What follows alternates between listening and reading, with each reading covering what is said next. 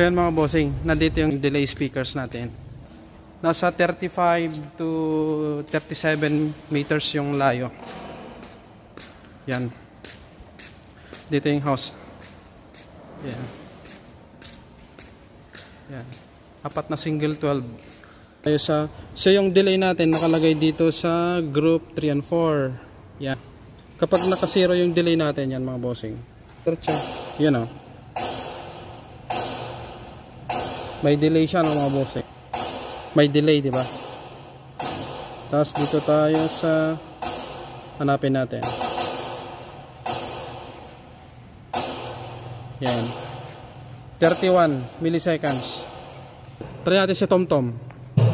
Yan o, may delay siya. Tanggalin natin yung delay na yon. Yan, may delay. Tanggalin natin.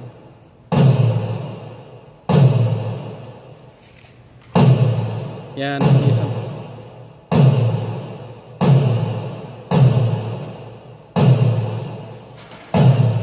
Nasa 30, 29. Nasa 29 milliseconds.